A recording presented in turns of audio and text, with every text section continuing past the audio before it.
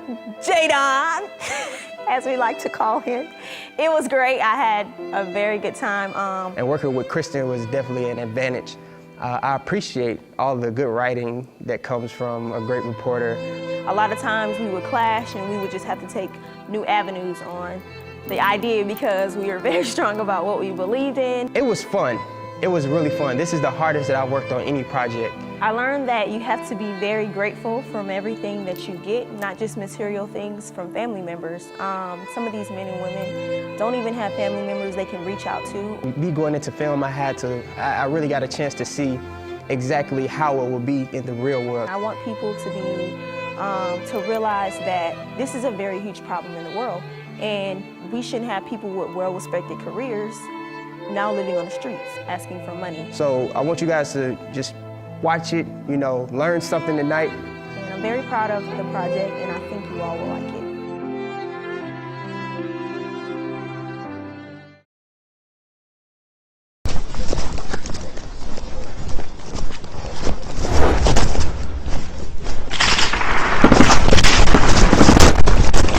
Go, go, go! Use the wall! Use the wall! Watch yourself! Keep going!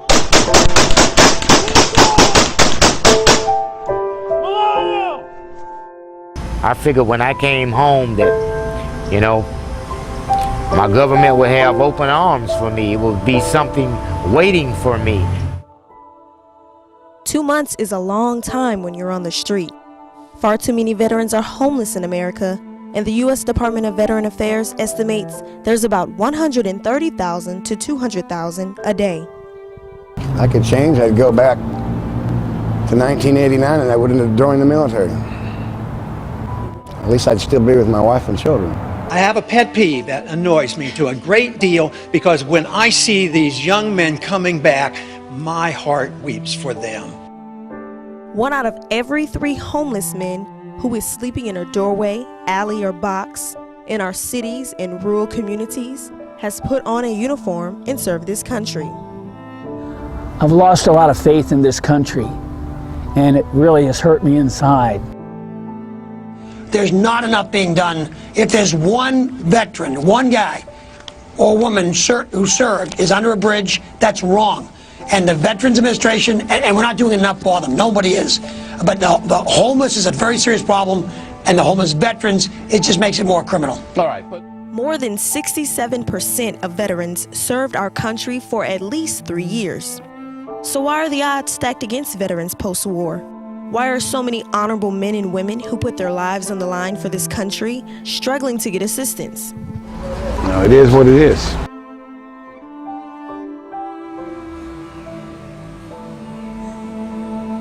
We will do everything that it takes to be there for you, just as you were there for America. covering fire! America's homeless veterans have served in World War II, Korean War, Desert Storm, Vietnam, Afghanistan, Iraq, and many more. The VA says 47% of homeless veterans served during the Vietnam era and 33% were stationed in war zone. It was really not an easy thing to adapt from the military way, especially being in a war zone, to being back in civilian life.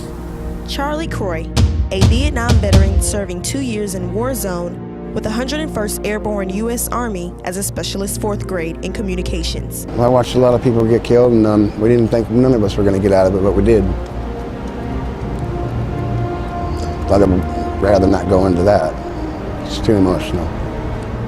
He goes by the alias JB for safety reasons, a lieutenant colonel serving 16 years in the U.S. Army and deployed on many tours. It's hard to go back in time and say what I would have done differently. There's a lot of things I would have done differently. There's no one thing. Stephen Moore, a Vietnam veteran serving in the United States Marine Corps. I've been homeless since 2009.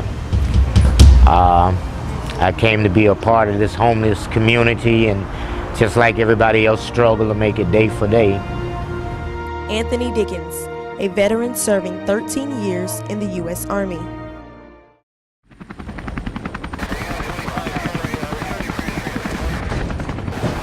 that's a heavy burden on them.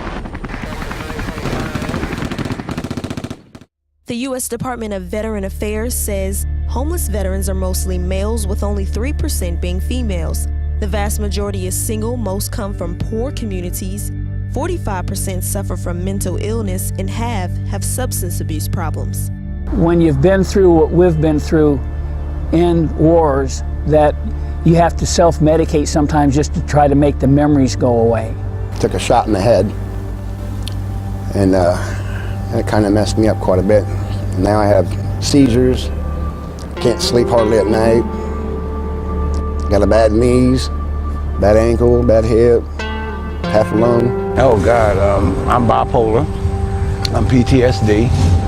I'm type 2 diabetic, and I have herniated disc or dislocated disc in my back.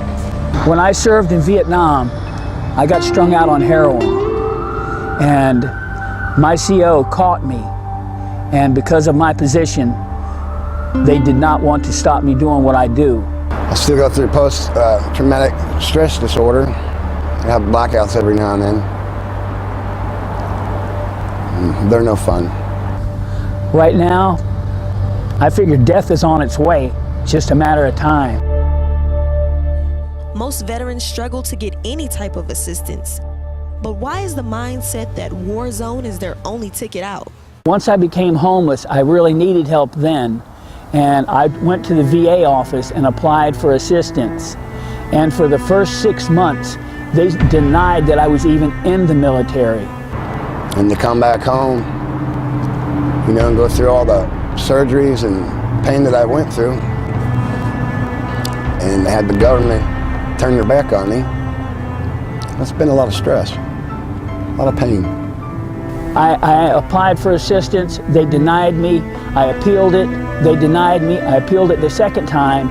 I volunteered to go to Afghanistan or Iran or Iraq to replace any person that had a family, a wife and children that might die, because I don't have much of a family. Case managers at the VA, they're overloaded. You have one individual with 40, 45 clients. Until the politicians and the government and the military start making changes, and city governments, there's going to be a whole lot more homelessness. One of the main problems is the message isn't getting out to everybody. And that's what this country needs, is change. Stop helping all these overseas countries and dropping food to all these overseas countries and giving them stimulus money and all this. Why don't you start from right where it comes from, here, and start helping the people here, the people that matter the most. American people, people that were born and raised here, people that fought for this country.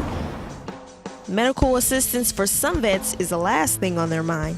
Most are just concerned with having a bed to sleep on at night. Where am I going to eat next? You know, where am I going to wash my clothes? Where am I going to get a hot shower? Where am I going to go to keep the police from harassing me? Even though this shelter is here, some nights I go and I sleep in the woods, you know, because that's what I know. You know, it's just what I know. Yeah, even the lieutenant colonels are out here on the streets. Sometimes that plays against you, being a veteran that's in good health and in good shape. You would think that your government would act faster to help you. You know, Obama talks about change. Well, start right here, Obama. We will do everything that it takes to be there for you, just as you were there for America. Our veterans are part of that unbroken line of Americans who've borne the greatest burden for our freedom. Even though some veterans have little control over their situations, others say they blame themselves for their faults. Went to work one morning and we had 300 employees and they laid 100 of us off that day. That was in 2009. I had a home I was paying for, I lost that. I had a truck I was paying for, I lost that. And eventually, because of the economy, I lost everything. Most of us don't stick and stay. When I say most of us, the veterans. You know, we don't want to jump through the hoops that we have to to get the right benefits or to get the right help? I applied in 2010 for this veteran housing that they were making, and it's 2012, and I'm just getting in today. And I was offered that 3 different times in 3 different states. But before my name came up for me to move in, I moved because of my nomad mentality. We're all struggling. America is struggling right now. So everybody is struggling. I love my country. I love my government. The government doesn't provide roadblocks. You can use them as roadblocks or you can use them as stepping stones. Charlie says Haven of Rest Rescue Mission saved his life. A lot of homeless people that have had troubles in their lives, you know, don't have a family. Just for one reason or another, they seek a place like this to keep them off of the streets, to keep them out of trouble. Haven of Rest Rescue Mission caters to the tenants so that they're all comfortable. This is where we sleep. The guys that are in the chapel, this is where I sleep. There's about 45 to 50 of us that sleep here. It's not a bad place. It's out of the weather. We have air conditioning and heating. We got room for 57 people here. And it's rare when we fill this up. In the wintertime especially, that's when it gets crowded. We have another place, actually in the dining room, we call overflow. There's like room for 12 more people up there, so that, you know, in case there is more people than we can, you know, accommodate down here, we have mats that go up there and into the dining room. Daily chores at the Haven keeps Charlie busy. First thing in the morning, I get up, I bring the sheets up to the front, to where the laundry is, and I get the sheets started. Now they start serving at 5.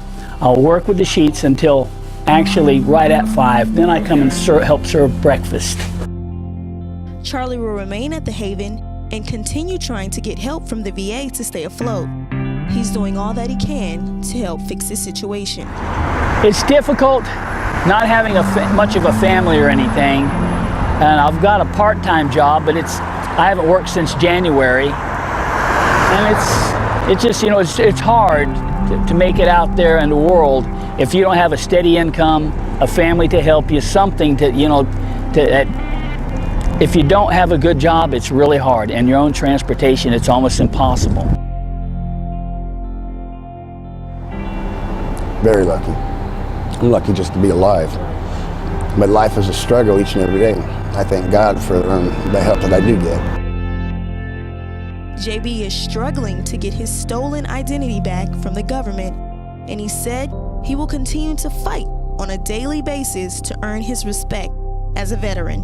But I did it for the country. I didn't do it just for myself. I did it for my family and for everybody else in this country.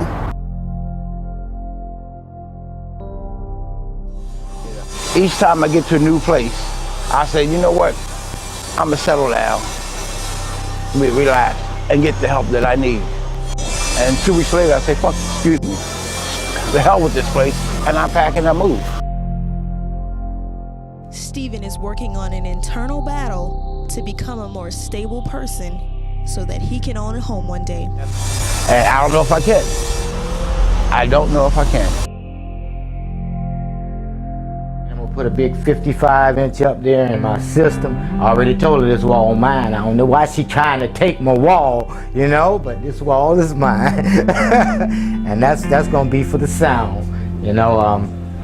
I'm just happy, man. I'm extremely happy, like a dream come true. And even though the waiting list for housing was long, Anthony said he was patient and trusted in God. I had my doubts. The VA is very slow, but I've been blessed. You know, me and my wife, we're gonna make the best of it. And I'm getting my first home-cooked meal here, Sunday meal. I haven't seen one of these in 3 years, you know. And I got collard greens and baked chicken and cornbread, and I mean, I'm just preparing myself, you know. 800 veterans are homeless in North Florida right now. But Anthony is proud to say he was lucky to beat the odds. I like to be able to put my money away and get a little piece of transportation first. I told my lady, you know, we're gonna try to do this for 2 or 3 years, and we want to buy a piece of property, you know, and have our own little piece of land, you know. Nothing just the American dream. You know, nothing more than the American dream. That's what I want. Oh my God. This is some.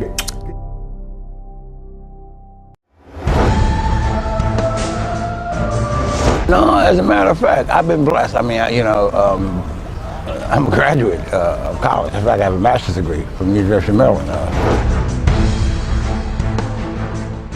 You know, I'm going back to school, you know. I'm educated, I'm articulate.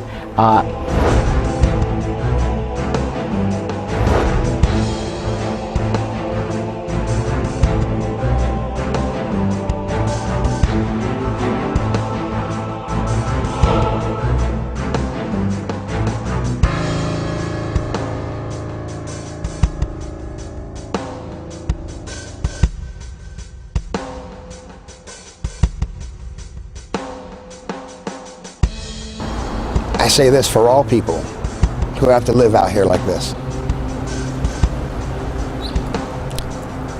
And I thank you all for letting me do this. God bless.